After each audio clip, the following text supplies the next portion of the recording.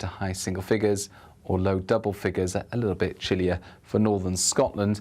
And here, some of the showers first thing again will be falling as snow over the mountains, but at lower levels it's just heavy showers, even some more prolonged spells of rain through central parts of Scotland. Some sunshine in the far north, also the far south of Scotland. Northern Ireland seeing a mix of sunny spells and showers, likewise for much of northwest England, southwest England and Wales. For the Midlands, East Anglia and for parts of the southeast, it's mostly dry first thing with some decent sunny spells.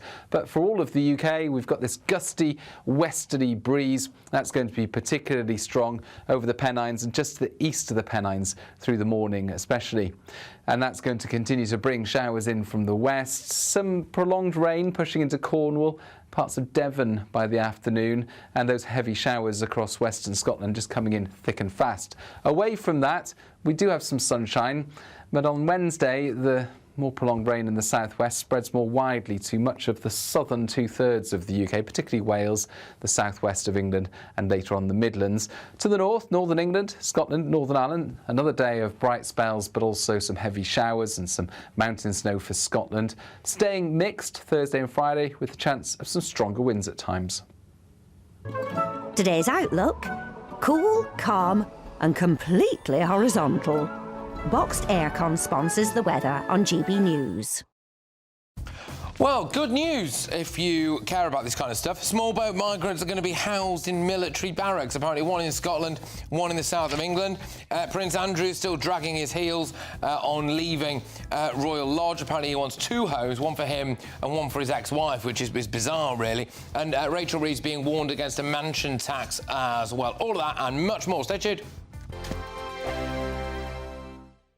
It's the final week to see how you can become our biggest winner this year. First, you could be driving away with this brand new Benamar Primera motorhome. This luxury vehicle comfortably sleeps four, has its own fitted kitchen and bathroom areas, and comes complete with fitted awning and bicycle rack. And that's not all, as we'll also give you a whopping £30,000 in tax-free cash to spend however you like. For another chance to win, text WIN to 63225. One entry costs £2.50 plus one standard network rate message. Or text BONUS to 63225. 5 entries cost £5 plus one standard network rate message. Go to gbnews.com/win. Entries start at £2.50. Call 0903 686 3232. Calls cost £2.50 plus your network access charge. Or post your name and number to GB16 PO Box 8690 Derby DE1 9TT. UK only. Entrance must be 18 or over. Lines close at 4 p.m. on the 31st of October. Please check the closing time if listening or watching on demand.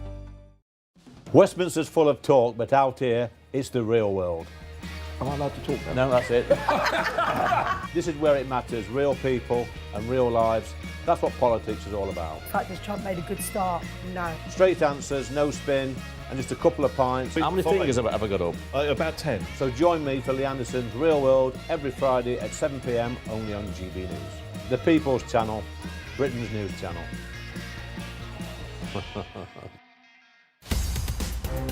In the GB newsroom, we bring you the news as it happens. With our team of dedicated journalists across the UK. We're ready to keep you up to date with what's happening every half an hour, every single day. Bulletins here on GB News. The People's Channel. Britain's news channel.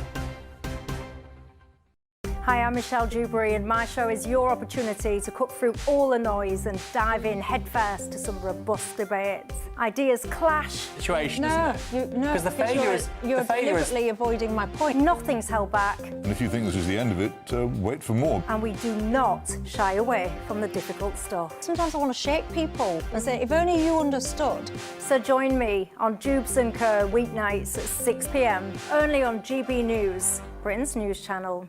Britain deserves a newsroom that puts the facts and your voice first. Well, and that's what you get on GB News. Lively debates, lively conversation. And we're not afraid to hold power to account.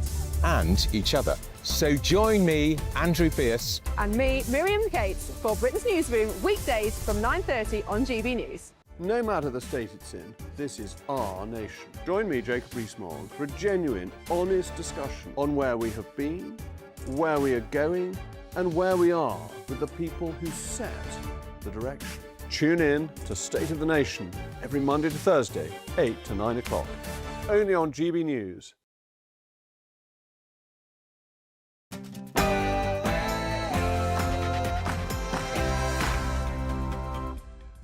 Welcome along to Patrick Christys Tonight, late edition, and breaking on the papers. Calamity Lammy strikes again. It's a national embarrassment. And today, the Justice Secretary feigns anger at what's happened. Oh, Robert Jenrick has lambasted David Calamity Lammy in what he has called his disastrous handling of the Hadush Kabatu escape, just as prison chiefs warn against blaming their staff for this disaster. That's on the front of The Guardian. Don't blame the staff for us letting out a convicted Ethiopian child sex offender. It's not our fault, Gov. Meanwhile, remember this? As a result, we won't have to do a budget like this ever again. We need to study why so many Labour politicians speak entirely out of their nose. But, yes, I'll be reporting this. The I paper is saying Reeves has signalled that she is set to bring in a brutal tax hikes and also spending cuts in the budget. Great. So we're just all going to be really poor, including... No. How many new homes have been built since Labour took power? I don't have the exact... I'm not Wikipedia. You don't have... Well, it turns out he doesn't know anything either, because he was asked 4 times to rule out the socialist levy of quote-unquote a mansion tax, which, by the way, if you happen to live in London, will probably just include a 1-bedroom flat, but anyway. And that was the Housing Secretary. He refused to rule it out. But does that mean anything? Does he even know what day of the week it is? And... This inquiry is dead in the water. Nearly 5 months have gone by, and what has happened? Nothing. Oh, Nigel Farage has announced the grooming gangs inquiry is, quoted, dead in the water. But that's made the front of the Daily Express. They're saying that it's rigged from the start. But he's also weighed in on this. The remarks were ugly, clumsy, put in a way that if you take them literally as they are on their own, you can put the worst of all interpretations on it. Yeah, but the best line of the day actually came from Ellie, who's the grooming gang survivor there, who said, call the media out. She said, why are you all asking about this level of racism when you've been silent on Pakistani men raping white girls? That was racist. It's clear that Reform are not happy, though, about Sarah poaching. And finally... My jeans are blue. Sydney Sweeney has very keens. But does she have enough good genes to be James Bond? Yes, you heard that right. Sydney Sweeney wants to now be 007. There's probably a joke in there somewhere, and I won't make it.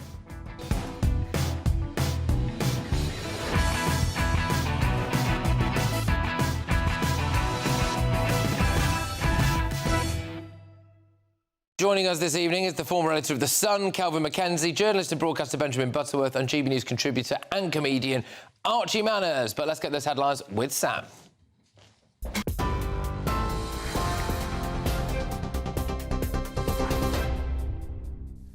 Patrick, thank you, and a very good evening to you. Just after 11 o'clock, well, the top story tonight, an independent investigation has been launched after a convicted sex offender was wrongly released from prison in what the Justice Secretary calls a human error.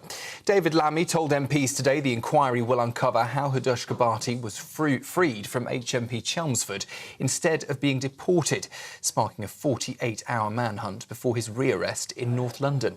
Mr Lammy says Dame Lynn Owens will lead the investigation and speak with victims, promising the strongest release checks ever put in place in prisons. While speaking earlier this afternoon, he also blamed years of staff cuts under the Tories for what he called a prison system brought to its knees. It was the choices that his party made through 14 years of chaos.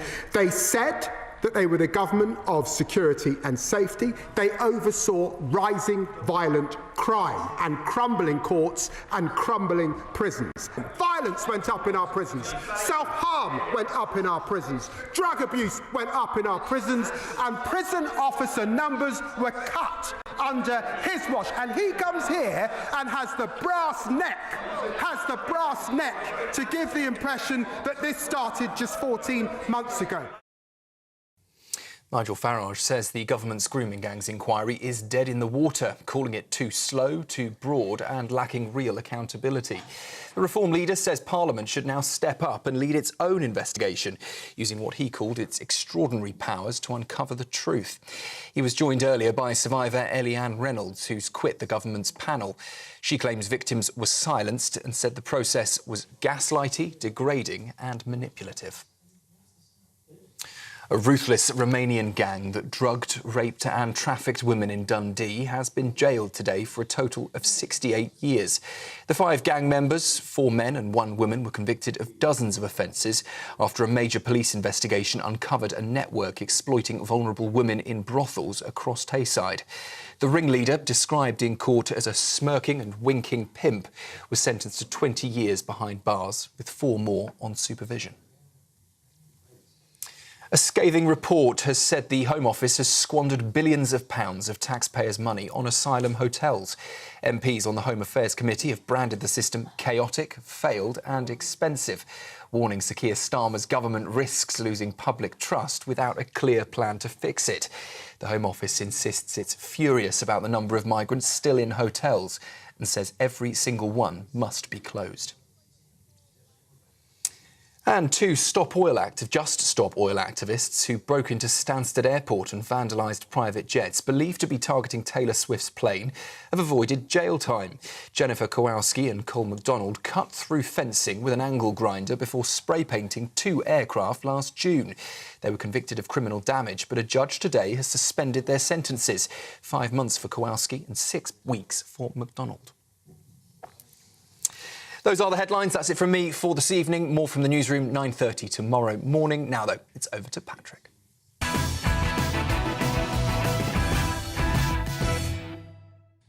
Well, good evening, everybody. Let's get stuck into Tuesday's front pages, starting with The Independent. Rachel Reeves is warned against budget mansion tax, but there you go. I mean, again, just on that, I don't think it really means mansion, does it? Isn't it? If it's based on, I don't know, we'll get stuck into it, but I think it can just mean a 1-bedroom flat in Clapham. A rather large cardboard box in Camberwell. Yeah, brilliant. There you go. Tax it. Anyway, the Metro. NHS printed me a new face. It's opened up a world of possibilities. Not very good. OK. Says the cyclist burned in drink-drive horror smash. And I would just like to say congratulations to both the NHS and obviously commiserations for everything that man has had to suffer. The Eye. Bigger tax hikes and spending cuts on way in crunch budget. Rachel Reeves signals. The Daily Telegraph, NHS to offer same-day prostate cancer test. The other story that they've got there is headache for the King because he was heckled over Prince Andrew. The Guardian, they go for ministers warned not to scapegoat prison staff over sex threats. Can I just say, I'm not quite sure it's scapegoating if you are literally to blame. No, isn't that just ghosting? You've done it, haven't you? You've let a prolific, infamous foreign sex offender out. No, it's not, anyway. It's a bad day at the office. We've all had bad days at the office, mate. Yeah, yours got quite a bad start then, actually. But anyway, the Times. Small boat migrants to be housed in barracks, trying to end the use of hotels. So we'll get stuck into that. The Sun. Costmore Cottage, there you go. After Harry and Meg spent £2.4 million on Frogmore, now workmen going to prepare it for shamed Andy. Oh, if those walls could talk. The Daily Mail, as Housing Secretary refused 4 times to rule out a new socialist levy in the budget, the threat of a mansion tax sparks house market havoc. The Mirror, COVID families moan fury, £10 million slap in the face, anger after it's revealed firm linked to husband bought a luxury Florida flat. The Express.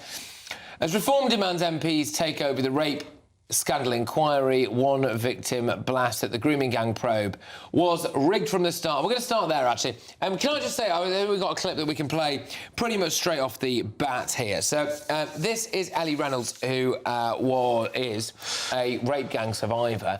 She was at this press conference in Nigel Farage today, and he was relentlessly being asked about Sarah Poaching, basically pointing out, albeit clumsily, that there are a huge amount of ethnic minorities in adverts. This is what Ellie had to say about those relentless questions. I find it quite, overwhelming as well that every single one of these medias has said something about a comment that was made by Sarah, which is understandable, absolutely fine, yet it's taken medias decades to recognise grooming gangs that are coming over and raping our children because they're white. That is also racially motivated and it is racist.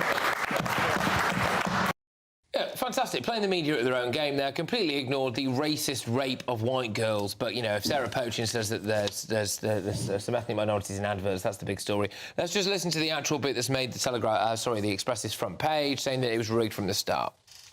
Pretty much when we were in that inquiry, we were stripped from our voices, and we're not going to be stripped from our voices anymore. It wasn't morally correct for me to maintain myself on the panel because of how it was going. It was rigged from the start. Kelvin, your views on what we just heard there? Well, she, alongside at least two of the other victims I've seen of grooming, intelligent, knowledgeable, prepared to take the media on at their own game. Actually, I would like to see, and I did say to you outside, I'd like to see them come on and review the papers. They would have some very interesting views. They are not stupid, these women. When you think what they've been through, when she points out, quite rightly, that actually she was the victim of a racist rape attack, right? These were Pakistani men who enjoyed attacking white girls. What I can't understand with Starmer is he's quick to jump on the TV racist row, the ad row, right? And yet, why doesn't he say a very good point there? A very good point, madam. Yeah, there are racists on the other side of the argument, and I am prepared to stand up for anybody who's being attacked. But you never hear that argument. And that's where I feel that actually, despite the fact that there might be arguments on both sides on the TV ad thing, the thing I can't understand about reform is why don't they do what you do? And what TV production people do, which is what they do is they go and find out the facts. And the facts are that there are 4% minorities in more than that, but 4 or 5%. And yet 50% of the people on the television are minorities. Why don't they just stick to that without going on anymore and just saying, why is that? There's an argument in reform to that effect. I had a conversation today with a very senior former press advisor to Nigel Farage who said, I can't understand why she apologised. Why not just come out with the facts and explain the context behind it? But it's the apology that's given the story legs. On Ellie, I was at the press conference today. You should have seen the faces of your journalist colleagues when she said that. They all sat there gormlessly quiet. I mean, it was a proper... It was a rollicking, I think I can use that word, given to the journalists from somebody no one had ever heard of until 9 o'clock this morning in that room. And my God, she blew them away. Phenomenal woman. She knows what the worst kind of racism looks and sadly feels like as well. You know, it's absolutely devastating. We bang on about racism in this country. What Sarah Poetry said, oh, it was racist, oh, it was racist. OK, right. Firstly, I don't think it was racist. I think what she said was clumsy. Racism in all its forms is bad and it's wrong. But why don't we talk about the racism amongst the Pakistani community in Britain? The industrial-scale rape of white women and girls because they were white. There's also, and as we've seen out on the streets of Britain most weeks, rampant anti-Semitism. That also comes from aspects of the British Muslim community. It's not just white people who can be racist, is it? I mean, look, the first thing I'd point out is that the grooming gang scandal came forward because a remarkable journalist at the Times newspaper. So it is wrong to suggest that mainstream media, that traditional journalists haven't worked extremely hard in some cases. But, I mean, I found that woman completely inspiring because there are enormous forces that have been against her for many years, and there often are in scenarios of victims of sexual assault and grooming. And to overcome that, I think she should only be applauded. Can I just say one other thing, though? That there is a broader problem that our media is pathetic. Whether it's this case or others, the reason the Sarah Poetry row, and I think what Sarah Poetry said was completely wrong, but the reason that gets so much traction is because it's an easy story to do. But hard, litigious, complicated stories like the grooming gangs don't get the attention they should because it takes money and effort and challenging the status quo. It's also how rubbish our politicians are, Kelvin. You know, politicians there, they were queuing up, both Labour and Liberal Democrat, to go, oh my gosh, this is so racist, Nigel needs to get rid of, oh, it's racist, it's racist. They've been absolutely bloody awful when it comes to dealing with the Pakistani rape gangs. Yes, and the reason they do it, let's be honest about it, it is about politics and it is about the votes. They think that if they name one community, they will lose that community for voting. And for Labour, where something like 85 or 90% of the Muslim community... It was two-thirds at the last election. Well, it was two-thirds the last, but the one before that, and the only reason that was because of the only reason it went down is because the Muslim activists were now standing as MPs, but before that it was nearly 90%. So and what they're scared of is that the whole 3 million, or however many it is, now goes somewhere else. So Starmer won't say say a word about anything. Now, actually, funnily enough, if I was Starmer, I might be in the same position. But it doesn't make these kinds of debates very easy. It means that any time anybody says anything, like that lady said, right? For instance, why doesn't Starmer come out and say, actually, I condemn racism everywhere. I condemn the racist attack on you, Ellie, and I also condemned, if he wants to, I condemn the TV ad route. Well, sorry, right? but they can't... Why doesn't he just say that? It can't fit their worldview, Kelvin, that people like what we saw patrolling the streets of Tower Hamlets, that kind of, like, masked militia that was there, it can't enter their worldview that actually maybe those people are quite dangerous. It can't enter their worldview that maybe people like Ellie Sally were the victims of rape. We're also forgetting, to your point about Ellie's bravery, the reason she was sat with Nigel Farage this afternoon is because she's resigned from the inquiry. Because Keir Starmer, despite having written to her, begging her to come back, she's saying no. She has no faith in the inquiry that our state, as a people, are offering her. She thinks it's complete rubbish. Well, and the other aspect, I'll sit with you on this, is that Nigel Farage appears to be the only politician who is saying, you know, we need to start talking about the fact that this is still happening. This is the thing. Everyone's referring to these rape gangs in the past tense, whereas Nigel is saying that this is still happening. He opened the press conference today saying sexual abuse of minors is as old as the hills and will continue. Ellie made the point too. So we're fighting for the future victims too. They haven't yet been attacked, but likely will be. Yeah. I tell you what, one of the issues that I've noticed you've been raising is when I see that Sir Mark Rowley, the Met Commissioner, has very kindly said that we're now going to investigate the 9,000 attacks that there have been over the last 15 years, right, to see if there's any kind of grooming aspect to it all. And actually, there was a Times investigation today. I don't know whether you read that. When you read deep into that, they said, well, there's bound to be, because this is one of the natures of these kind of paedophile attacks, that they work in gangs. And what happens then when London appears to be at least as bad as some of the other areas, it's likely to be a lot worse, and actually what happens to Mayor Khan, who has basically said, not on my watch. And Mark Rowley. Mark Rowley is quoted as saying that he can't comment on what he hasn't seen. Sadiq Khan has basically said there's no evidence for it. Well, he doesn't know what a grooming gang is, of course. He doesn't know what a grooming gang is. He's won't incapable of mention seeing it. Yeah. And then we end up with 9,000 potential cases that need to be reinvestigated. You know, I mean, they feel... And what my big fear with that, Calvin, by the way, is that they've thrown this figure of 9,000 at us, I think, because they feel as though that's a big enough figure for us to go, oh, that's a lot, isn't it? I think the real figure is obviously much higher. That's the terrifying thing for me, that. I think they've lobbed a figure of 9,000. That'll shut them up. That'll keep them happy. That sounds like a lot. Well, hang on a minute. I think you're covering up probably tens of thousands. I mean, it's a former senior Met police officer who sparked a lot of this by speaking out on it, and that man has been invited to contribute to the investigation that Keir Starmer put together. So I think, you know, they should be applauded for that. Maybe that will bring something to light. But, you know, if something has happened on that scale, then it would be... Well, would it be surprising because of what we've seen? Maybe it wouldn't be. I just think, Kelvin, how I'm kind of choosing my words relatively carefully here, but I'm going to say how dangerous people like Eliane Reynolds, that survivor, or Fiona Goddard, another survivor that I've had on, are to the establishment, because they have had enough, right? And they were just dangled another little opportunity was put in front of them with this national inquiry, and they feel as though that they've been systematically let down again. And they've got nothing to lose. They are just going to go. They're going nowhere. She said this today. Guns blazing. She's going nowhere. She is a fearless woman. There is nothing Keir Starmer can do other than where does she live, by the way? North London. Right.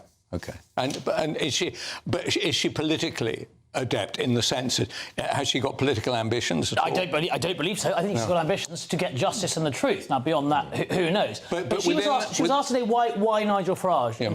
It's not like she's a Reform member, as far as I'm aware. She said, I will go and I will work with anybody of influence who can help me get to the truth. So, frankly, if it was Jeremy Corbyn offering a press conference today and encouraging Parliament to do an inquiry of that nature, I think she would have sat next to him as well. She's singularly focused on this issue. Look, they can't choose a chair.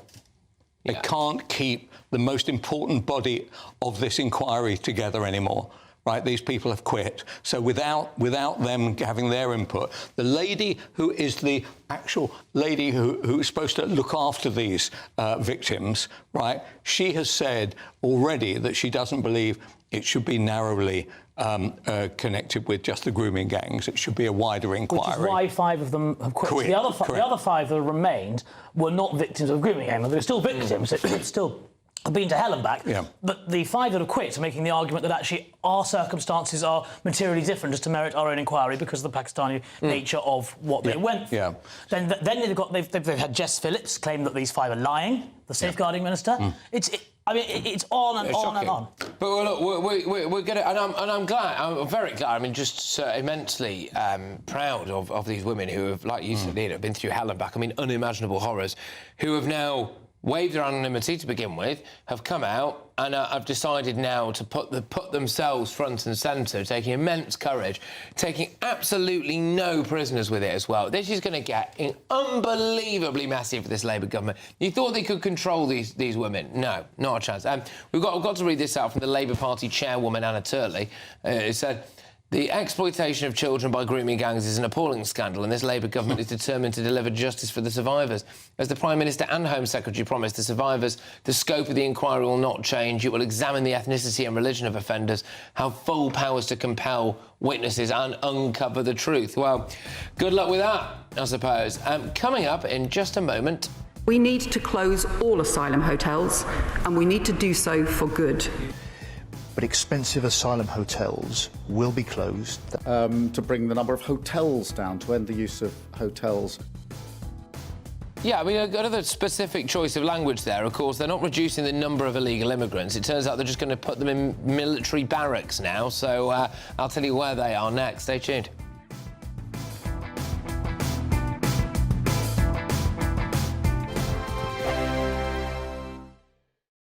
Westminster's full of talk, but out here, it's the real world. Am I allowed to talk then? No, that's it. This is where it matters, real people and real lives. That's what politics is all about. In fact, has Trump made a good start?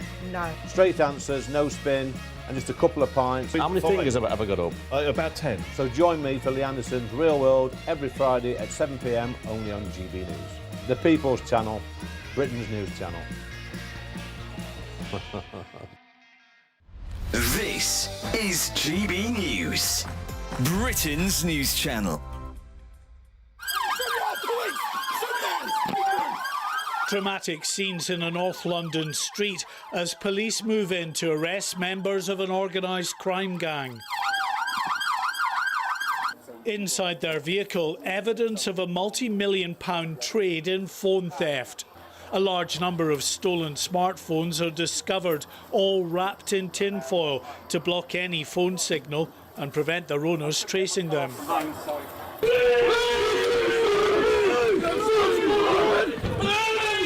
After a year-long investigation, Scotland Yard says it has now dismantled the criminal operation that they believe is responsible for smuggling more than 40,000 stolen smartphones over to China.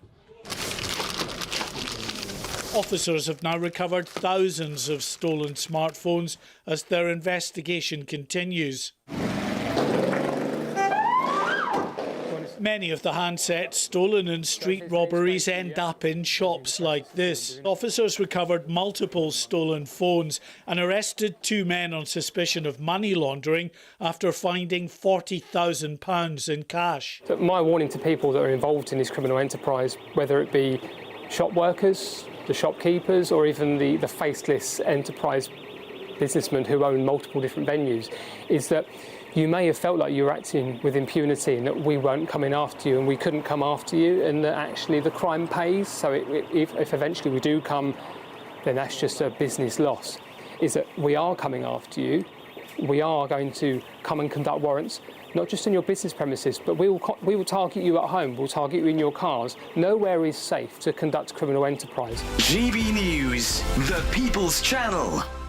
You want to know what's really going on in the corridors of power? Labour don't know what to do with you half the time, and that makes you quite lethal in the chamber. Get behind the headlines with Chopper's Political Podcast. Join me, Christopher Hope, as I sit down with the great and the good of British politics. We'll see where this ruling takes us. These are the stories shaping our nation. Chopper's Political Podcast, available now on all platforms. Listen in and stay ahead.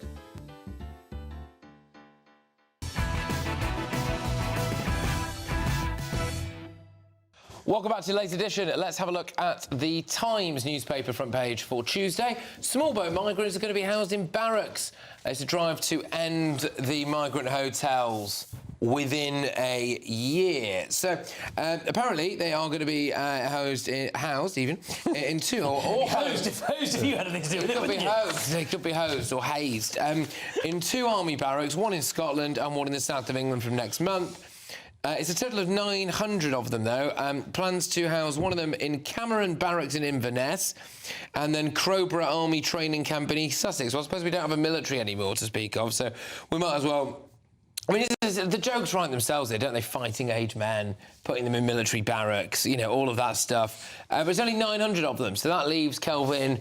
31,000? Yeah, 31,000. That's a day's worth of migrants, isn't it? Actually, that's not a bad idea, you know. I mean, for the Commonwealth, the way to get citizenship in this country is to come and fight, come and join the armed services. So we might end up offering...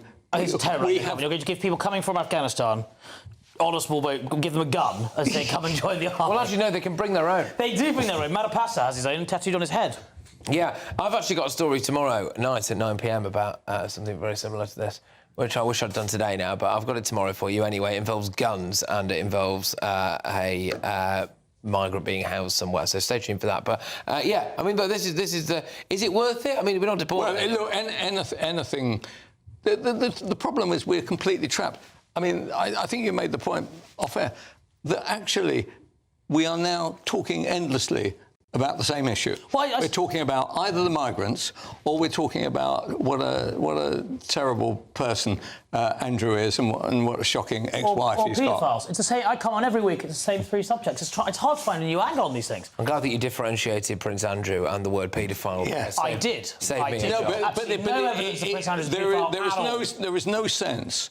There is no sense from this government, and by the way, there was no sense from the previous government either. So not let them off the hook.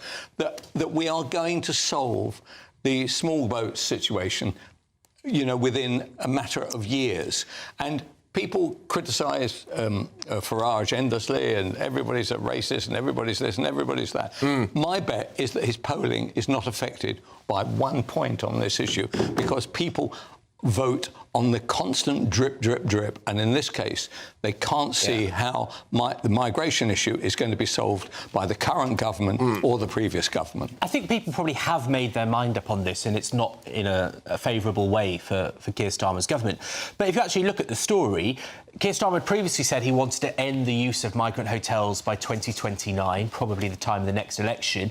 But now he's told ministers that this should be ended by next year, 2026. So, you know, that would be a great success. Maybe that would put people off. Hotels till 2036. Yeah. But so, which is, I mean, if he's going to stop by next year, why is the government putting tender out to hotel groups to 2036? Well, because of the reality that you have to have somewhere to put them if these things don't come off. I mean, they want to put them in houses of multiple occupancy, which would save a fortune compared to hotel costs. We could call them homos. But I dare say House of multiple occupancy. Can I introduce a story that I know will... Can I just say...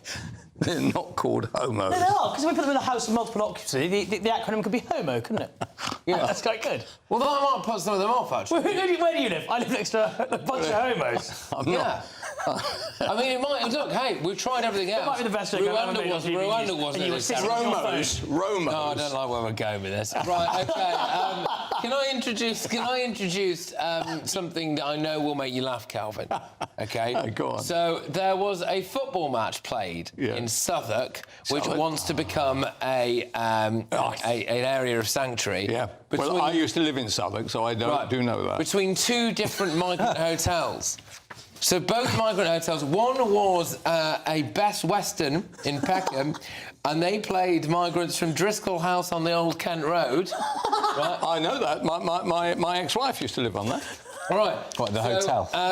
They wanted to promote a culture of welcome for asylum seekers. They said that they want to be a borough of sanctuary, and they put 2 football teams together. And also, the joke about this is, I know that we're allowed to show you the picture because we don't own the picture, but they've dressed the migrants up in what appeared to be Millwall kits. No, they didn't. Which was the added kicker. Well, they'd be right about that, because the Millwall slogan is "No one likes us, we don't care," right? And so that would be true in Southwark, I'm sure. Look, Southwark Council has been a lost cause. Anybody who's ever lived there, anybody who's ever had anything to do with Southwark knows that it's completely done for. And so this is probably quite a good PR idea at some juncture. Do you need to know where the Best Western won? We don't know. We don't Does history not relate? Well, it doesn't. Unfortunately, they don't say who won. Oh, I think it's a whole the league here. I think it's not going to be a Premier League. Well, who could the teams be? So some of my followers have been coming up with suggestions. Queen's Park Rangers. Where did you see that? Versus West Bank United. Oh, God. There's also Barcelona and Inter Britain illegally. Where did you get those from? I came up with two of them, but a gentleman on Twitter has come up with Queen's Park Danger. What about Chelsea Crossing? Okay, that's good. That's not a pun, then, is it? No. Chelsea Crossing in the boat. Yeah, pump. Yeah. See, the best jokes are the ones you have to explain. Yeah. Almost good. No, but I mean, it's just an added thing, isn't it? You know what I mean? Like, brilliant. Well, I tell you what, didn't they make a movie which is shown at Christmas between the prisoner of wars and the German camps and all that, and they had a whole load of clapped out. Didn't they have Sylvester Stallone in it? You were there at the time. Well, during the First World War, there was the Christmas Day match in No Man's Land. Yeah. So there's a great history of football bringing together people. Didn't they get a load of Ipswich players to take part? It's been a big hit. It's been a big hit. The fact that you don't watch a film at Christmas. You also don't. You don't know what the film's called. I can't remember. I remember that it's Sylvester Stallone. It's like talking to David Starkey after lunch. It's never a good idea. Yeah. Of course, they shouldn't have played in the Millwall kit. They should have played in the Gaza Strip. Thank you very much. But, anyway, I give up. So yes. Well, that's managed to make it onto the front of one of the papers. Not that exactly, but you know, something like it. Anyway, coming up very shortly.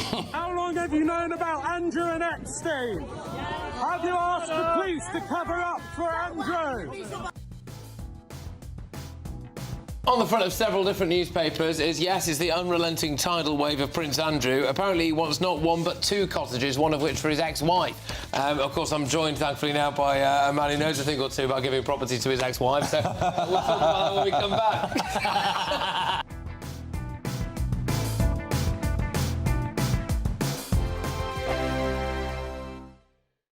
Hello again and welcome to the latest update from the Met Office for GB News. A mixed bag of weather for the next 24 hours. Damp for many overnight, rain clearing to showers then, interspersed by sunny spells but with a gusty wind. We're seeing very Atlantic-driven weather at the moment with low after low after low moving in, and the next low is already upon us. That's sending a band of rain as well as some mountain snow for Scotland across the UK overnight. It's soon replaced by showers with some breaks in the cloud, particularly through central parts, but with a gusty wind it's not going to be a particularly cold night. Temperatures generally dipping to the mid to high single figures or low double figures, a little bit chillier for northern Scotland. And here, some of the showers first thing again will be falling as snow over the mountains, but at lower levels it's just heavy showers, even some more prolonged spells of rain through central parts of Scotland. Some sunshine in the far north, also the far south of Scotland. Northern Ireland seeing a mix of sunny spells and showers, likewise for much of northwest England, southwest England and Wales. For the Midlands, East Anglia and for parts of the southeast, it's mostly dry first thing with some decent sunny spells.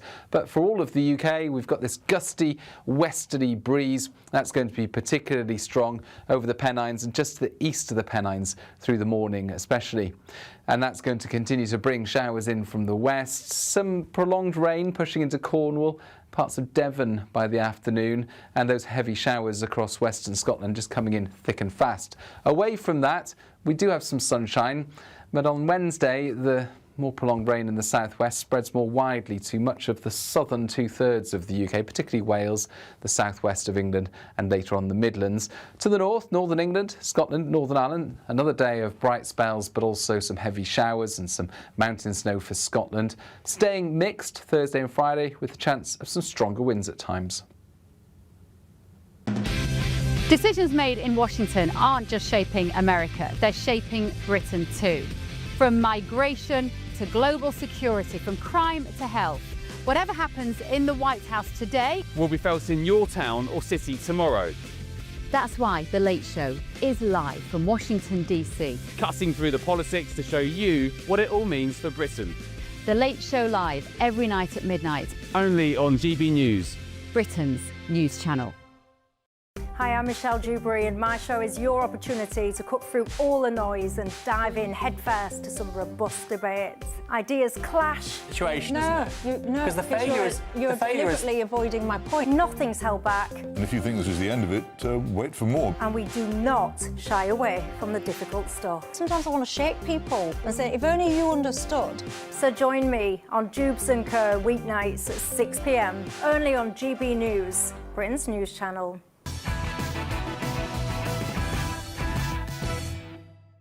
Welcome back to Late Edition. Let's get you some of Tuesday's front pages, starting with a video of the King. How long have you known about Andrew and Epstein? Have you asked the police to cover up for Andrew? Have you asked the police to cover up for Andrew's trials? What do you think? Should the MPs be allowed to debate the royals in the House of Commons? And it's made the Daily Telegraph's front page, I'm afraid, the King being heckled. What do we make of the King being heckled over Prince Andrew? Kelvin, do you think you've pulled form? You are the head of state. You haven't been elected. There's a lot of people out there who don't care for our monarchy, and this gives them an opportunity to be vile and end up being talked about on a late-night chat show. So yeah. I think it's part of what you are. Where it's unfair is that Charles is at least trying to do something about it, and secondly, Charles is not well. OK, no matter, to give him his credit, he's working very hard, and he has cancer. Why he's doing this, I do not know, and I congratulate him for making the effort. Do you think he should abdicate and just give it to William? Do you know what? I noticed in other European states, that's exactly what would have happened. And I think under these circumstances, and him not being well, and Kate not being well, I honestly think the time has come for Charles to possibly to think about it seriously for the first time. Why though? He's not doing his job badly. I mean, I'm not suggesting he is. I'm not suggesting he is. But he's a man, in his mid to late 70s now. Yep. And they should retire. He's done a good job, and he's not well. And do we know that he's likely to get better? How does his wife feel about it? How do the rest of the family feel about it? They have this Andrew position, which I think will be resolved more quickly by William being I'd be careful what you ask to. He abdicates and Andy goes up a rung or two in the list of succession. But he doesn't really. He'll be pushed out He's entirely. He's ninth now, isn't he? But I think, King Charles looks like he's revelling in doing the job. There've been so many wonderful clips now of people sort of giving him hugs and things like that. He seems much happier and much more comfortable than he ever looked as Prince Charles. So, I dare say, God hoping that the job is keeping him healthier and feeling more alive than he would be otherwise. I think that this will be a nightmare for the palace because they will have been fearing that this obvious mood of anger about Andrew will transfer into actual protests, into examples like this making the front page. I do think it's unfair because, previous monarch didn't do this against Andrew, and Charles is. So I think he's been pretty forthright in stopping him. I don't think he's the person to complain about. But I dare say that you can bet there'll be serious talks in the palace about what can we do to stop this becoming a trend. On that, and I'll throw it over to you, if we move on to the front page of the Sun newspaper for Tuesday morning, Prince Two Pads exclusive. After Harry and Meg spent 2.4 million quid on Frogmore, now workmen going to prepare it for shamed Andy. Cost more cottage.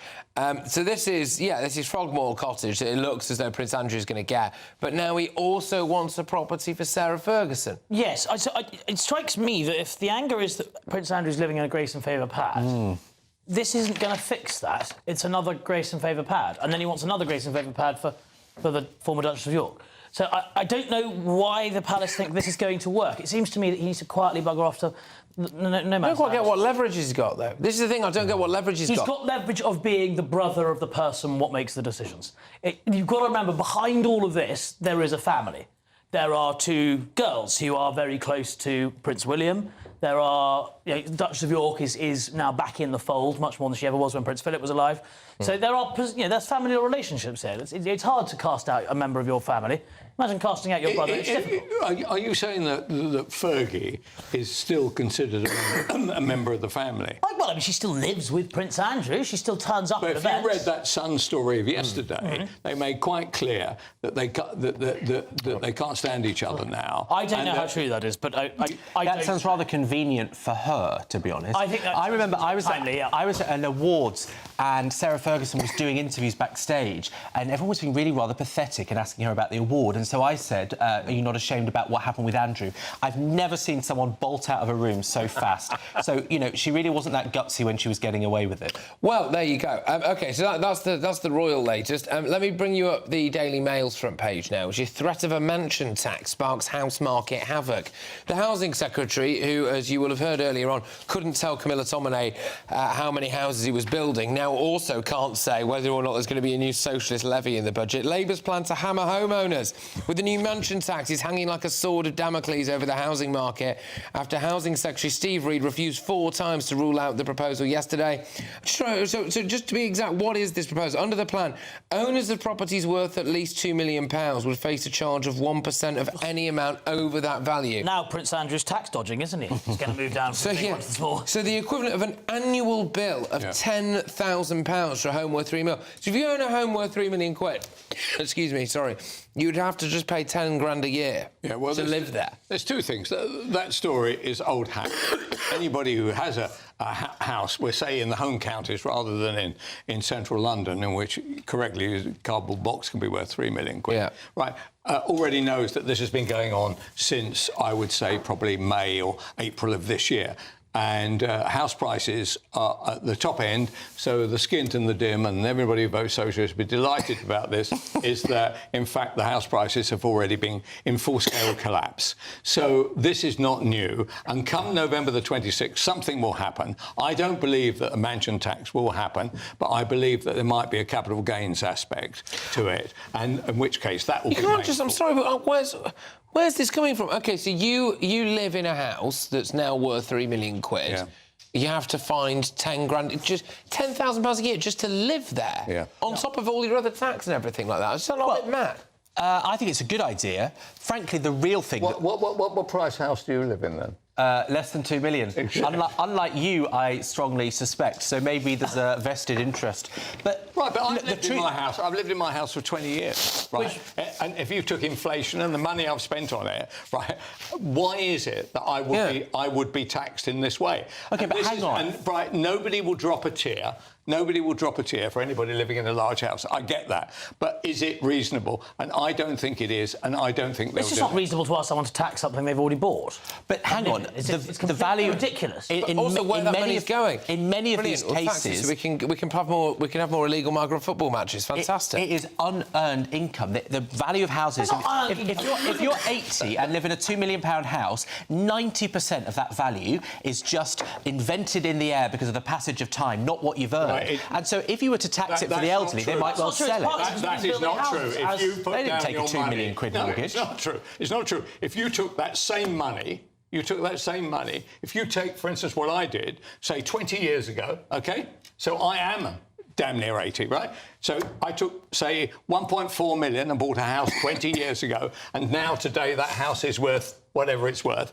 As I've paid that 1.99. If 2.99, and all right, I'll sell it to you for 2.4. All right, see you later. OK, you DM me. Anyway, not that kind, thank you. Anyway, so if you get that money that I have spent and that money that I've invested, if I simply stuck it in the bank, by the way, it would be worth more than, say, the 800,000 or 900,000 which I've accumulated over 20 years, right? But I am now going to be taxed on it. It is absolutely wrong and has no sense to it. There are things they can do to be nasty. I think that one would be wrong. The real thing they should do, that will never happen, is to redo the council tax bands, which are wildly out of sync and there are very valuable properties that are paying the same council tax as, you know, not so valuable properties. I think this is actually a way to try and get around this so that people in super expensive properties pay more taxes. You're worth loads of money. What would Tons. how the would bank rang me up and said we're full.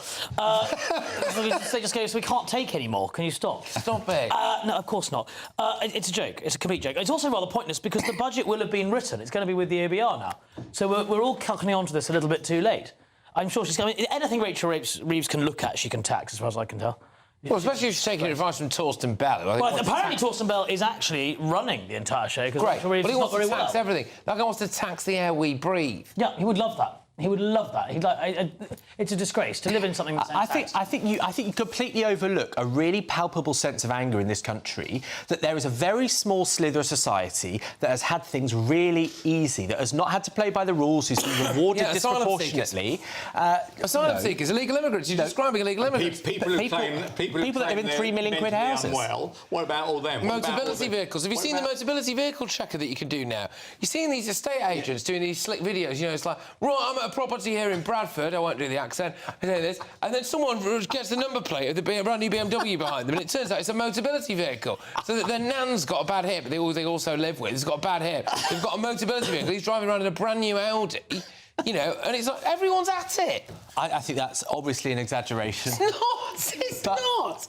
You know, the fact is, I think this will be popular because a very small, very privileged section of society will have to contribute a little bit more. No, my socialist friend is right here because when they carry out any polling, 75% say that the one that people love up. I've got to go mainly because I'm about to cough myself to death. So sorry. In case you're in doubt, you are watching GB News, just in case there was any risk you worried you weren't. Yeah, there you go. Yeah, welcome.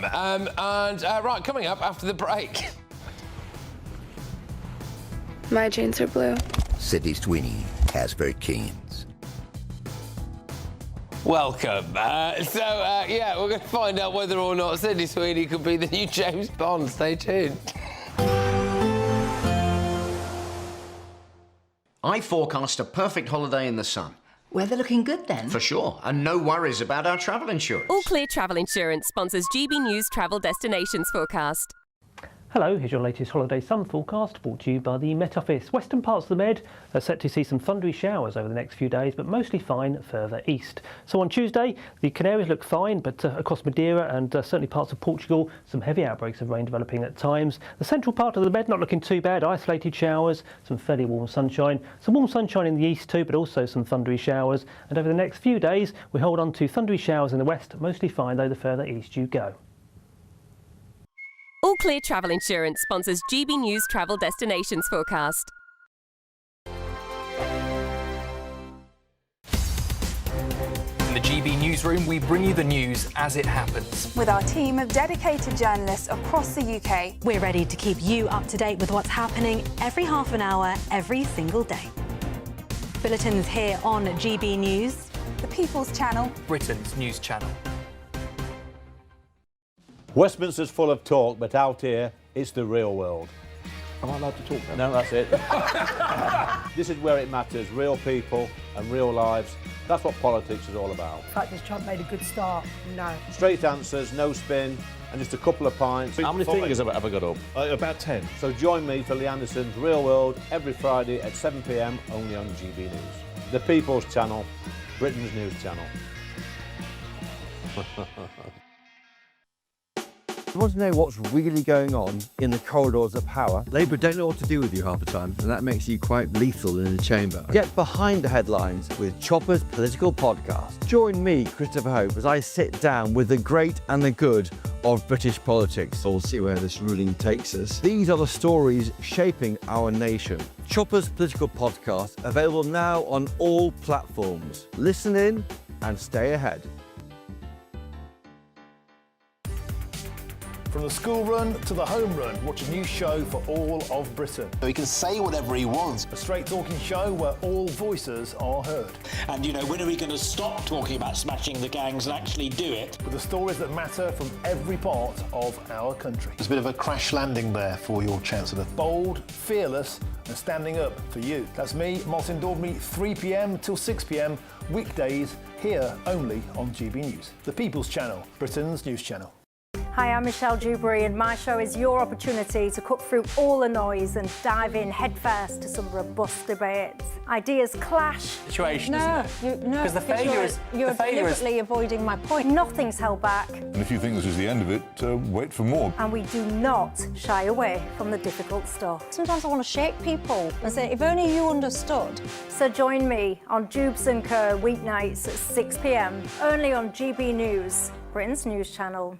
Britain deserves a newsroom that puts the facts and your voice first. Well, and that's what you get on GB News. Lively debates, lively conversation. And we're not afraid to hold power to account.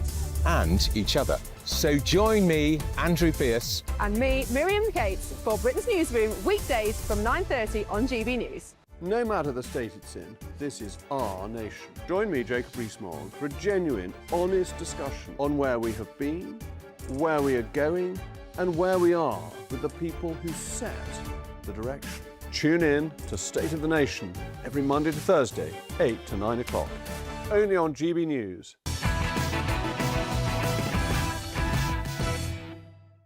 OK, welcome along. So these are a couple of stories that are not on the front pages but are inside the book, like The Telegraph. Should journalists be allowed to doorstep MPs? Well, apparently a cross-party committee led by the Commons Speaker, Sir Lindsay Hoyle, is saying no, we should not be allowed to camp outside MPs' houses. It's harassment. Kelvin, you'd just bug the house, wouldn't you? I've certainly done more doorsteps than a milk bottle, that's for sure. Yes. That's for the older people. No, it's good it landed. When they used to have milk. Anyway, I won't bother with it. I think they got it. Well, you say they've got it. It's nearly 12 o'clock. Look, I know the demographic of GB News, right? They're already lying in bed wondering whether they're going to wake up in the morning. Don't worry about that. So I'm sorry. I'm sorry. If you're an advertiser, just that's carry not true. Anyway, so I would say, look, they are MPs. They knew what they were coming in for. They're cabinet ministers. They knew what they were coming in for. Yeah. I'm afraid every so often they'll be involved in some kind of scandal. The media are there to represent the voter. The voter can't be outside the house. So let the reporters stay. The most chance I've got of talking to a Labour MP is if I camped outside their house. Yeah. There was a Labour MP who threatened to attack a Times journalist outside her house and was heavily criticised. I think she threatened to throw a bucket of water over his head from the upstairs window. So, you know, maybe the journalists should be careful. I actually think times have changed, and when people's addresses are obvious from the clips of this and the kind of level of attacks and motivation against MPs and several of them being horrendously murdered, I actually think there probably is an argument to say that this is no longer fair. I think you're right. They shouldn't be doorstepped outside people's their own houses.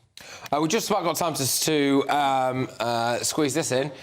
Sydney Sweeney wants to be the next James Bond. The White Lotus star has been rumoured to be in line to become the franchise's next Bond girl, but told Variety, which I'm assuming is a magazine, that she would rather play the titular character. I'm not sure. Titular character. Titular, Patrick Christys. There we go. To be honest, I don't know all the Bond rumours, but I've always been a huge fan of the franchise, and I'm excited to be curious to see what happens. I mean, for the sake of this, just in case my viewers and listeners don't know, I'm assuming that we've got... Yes, we do. Here is Sydney Sweeney. My jeans are blue. Sydney Sweeney has very Keynes. Right, so I don't really know what we want me to do with this. I mean, so should she be the next James Bond? No, it should be a bloke, and let's hope it is a bloke in the tradition which has made it the greatest film franchise of its era. So this is a ridiculous idea. That's obviously correct. It's obviously what, sorry? Correct. What Kelvin says. What Kelvin said. You think she... You can't Sydney Sweeney play. What was it? I mean, Martini shaken off stage. She's a woman. It's man's name. He's called James. It's not complicated. No. OK, fine. Well, I mean, you could have a transgender Bond. You know, that would be more interesting, I think. What, the name's Bond? Janine/James Bond. Yeah, Change Bond. Change Bond. Would be good. But, you know, the Broccolis who've long made James Bond, they're no longer in control. I know, this is what... So they've sold it to Amazon. Amazon has bought it. And so there are real questions about whether this will happen. But they'd have to be so thick.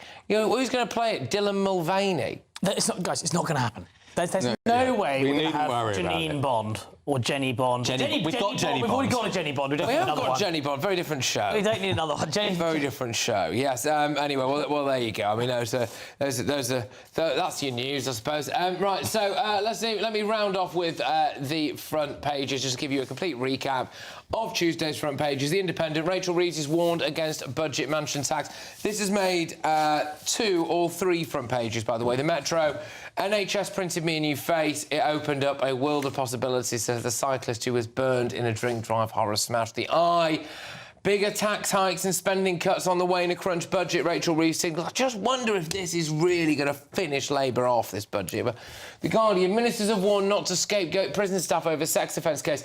We didn't have time for this, but again, it just strikes me as like, well, at some point, who is to blame? Someone has allowed an Ethiopian sex criminal to wander out of a prison, and I don't know, maybe it's the staff of the prison? Who is it? Is it society's fault? Is it the way is it capitalism? Whose fault is it? There'll be a mental health issue in it all, you can be sure of that. Yeah, absolutely. Well, to be fair, I mean, the only thing that could come out is if one of the prison guards was having sex with an inmate, which, of course, does seem to be happening rather a lot now, filming it and ending up in court. The Times, small boat migrants to be housed in barracks. They want to end the hotel use. The Mirror, COVID families moan fury. £10 million slap in the face. Basically, she's bought a massive flat. The Daily Express, as Reform demands MPs take over the rape gang inquiry. The grooming gang victim says that it was rigged from the start. Let me take you over right now, stateside, to Bev Turner, who's got the Late Show Live. Hello, Patrick. Yep, I'm back from my week's holiday. Happy to be back with you. We've got Donald Trump speaking in Japan any minute now. We're going to take you those pictures live, hopefully. We've also seen Tyler Robinson in court today, the man accused of killing Charlie Kirk. That's well. Don't go anywhere. It's the final week to see how you can become our biggest winner this year. First, you could be driving away with this brand new Benamar Primera motorhome. This luxury vehicle comfortably sleeps 4, has its own fitted kitchen and bathroom areas, and comes complete with fitted awning and bicycle rack. And that's not all, as we'll also give you a whopping £30,000 in tax-free cash to spend however you like. For another chance to win, text WIN to 63225. One entry costs £2.50 plus one standard network rate message. Or text BONUS to 63225. 5 entries cost £5 plus one standard network rate message. Go to gbnews.com/win. Entries start at £2.50. Call 0903 686 3232. Calls cost £2.50 plus your network access charge. Or post your name and number to GB16 PO Box 8690 Derby DE1 9TT. UK only. Entrance must be 18 or over. Lines close at 4 p.m. on the 31st of October. Please check the closing time if listening or watching on demand. 5 hosts, 5 opinions, 5 fearless debates, 5 unfiltered takes on the day's news. 5 reasons not to be anywhere else on Saturday night. This is the Saturday 5. You got me. You got me good there. Britain's biggest Saturday night TV show. It's not a bad brand. Yeah. Uncensored. Very, very racy tonight on the unpredictable. What did she say? Can you translate it for us? And always entertaining. And how can a country go from being led by William Wallace Saturday nights from 6 p.m. only on GB News, the People's Channel. Britain's news channel. You're going to want to stay tuned, trust me. Hi, I'm Michelle Dewberry, and my show is your opportunity to cut through all the noise and dive in headfirst to some robust debates. Ideas clash. Situation, Because you're deliberately avoiding my point. Nothing's held back. And if you think this is the end of it, wait for more. And we do not shy away from the difficult stuff. Sometimes I want to shake people and say, if only you understood. So join me on Jubes and Kerr weeknights at 6 p.m. only on GB News, Britain's news channel. You want to know what's really going on in the corridors of power? Labour don't know what to do with you half the time, and that makes you quite lethal in the chamber. Get behind the headlines with Chopper's political podcast.